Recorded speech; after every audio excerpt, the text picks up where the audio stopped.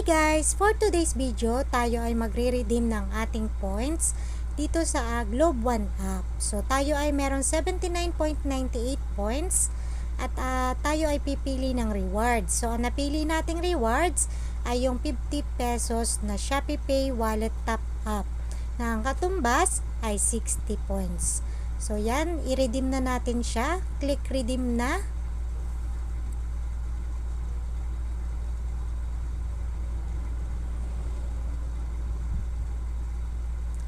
Ayan, na-redeem na natin siya. Then, punta tayo sa packet. Then, ikakopy natin yung voucher. Then, i-confirm natin siya para mag-proceed. I-verify natin itong para sa validation.